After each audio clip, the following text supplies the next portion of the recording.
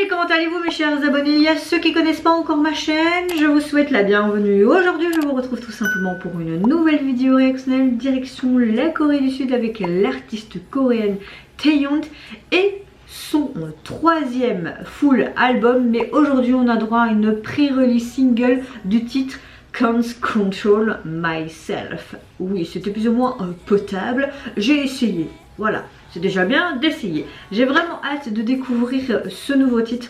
D'autant plus que j'ai pas su m'empêcher de voir le teaser. Et ça avait l'air d'être quelque chose de très personnel, de très émouvant. On aura beaucoup d'émotions diverses. Son visage m'a... ses expressions également. On voyait des traces de blessures aussi.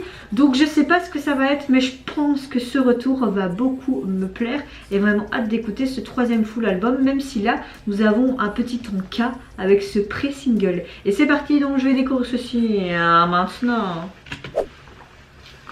Wow. Oh, elle est blessée. Oh, j'ai déjà des frissons.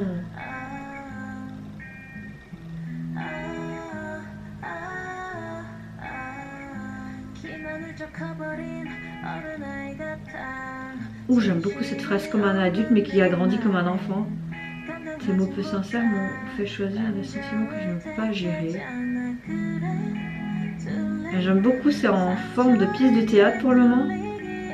Inverser la cicatrice, c'est trop tard. Intéressant.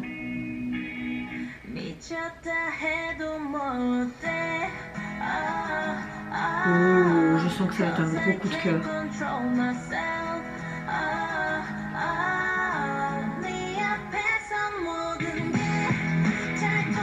Oh, il y a une autre dimension, t'as vraiment cette douceur dans même le refrain, et puis d'un coup crescendo avec ce côté de guitare électrique rock comme ça, j'aime beaucoup.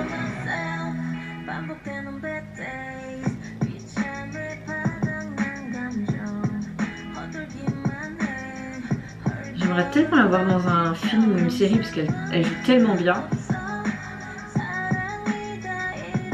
J'aime bien, c'est qu'il nous transmet des images de la vie réelle et en même temps comme si c'était une sorte de pièce de théâtre, tu vois. Comme si elle voulait pas réaliser la réalité des choses, une séparation.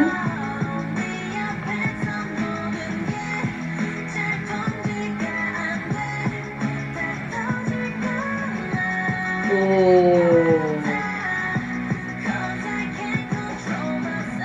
Waouh, magnifique ces expressions. Par contre là on voit qu'elle enlève cette perruque comme si elle voulait enlever cette image en fait.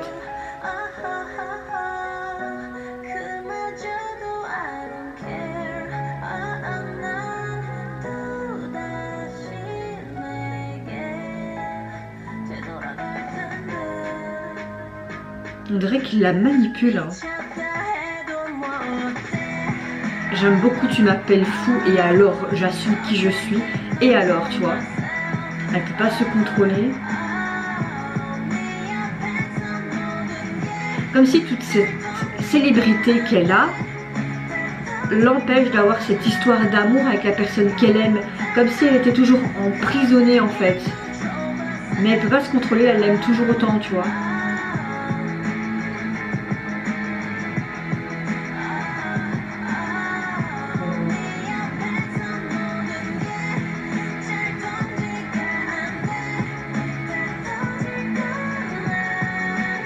Et que malgré qu'elle montre cette souffrance face au public, wow, wow, j'en ai eu des frissons là.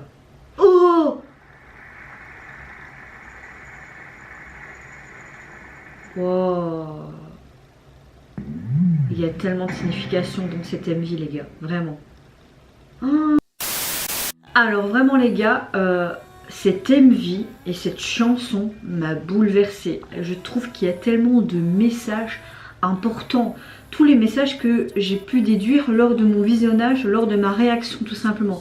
On a l'impression qu'elle veut vraiment montrer cette souffrance, peut-être en tant qu'idole, tout simplement de tomber amoureuse de quelqu'un.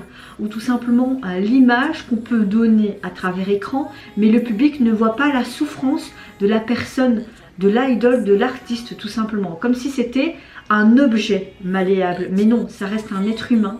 C'est juste quelqu'un qui est passionné de musique, qui veut tout simplement montrer ce qu'elle peut faire. Juste peut-être tout simplement nous montrer des émotions diverses, partager son amour de la musique avec nous, l'aimer tout simplement pour l'artiste qu'elle est. Mais il ne faut pas oublier l'être humain qu'elle est au fond d'elle. J'ai l'impression qu'il y avait tout ce genre de messages en fait durant l'MV, même au niveau image visuelle. C'est ça qu'elle voulait présenter aussi. Vers la fin, tu as tout le monde qui l'applaudit et tout, mais elle est en souffrance sur ce plateau. On dirait que c'était toute la souffrance qu'il y avait en elle par rapport peut-être aussi à son couple, par rapport à cette relation qu'elle a avec cet homme, ou tout simplement le sentiment, cette frustration, cette peur aussi de se produire sur scène, ou tout simplement aussi on voyait ces blessures que les roses pouvaient lui donner, les cicatrices, peut-être cette dépression, cette frustration aussi, toute cette pression qu'on peut avoir en tant qu'artiste, que ce soit en tant qu'acteur ou en tant que chanteur, chanteuse, groupe, tout l'essence du terme en termes artistiques.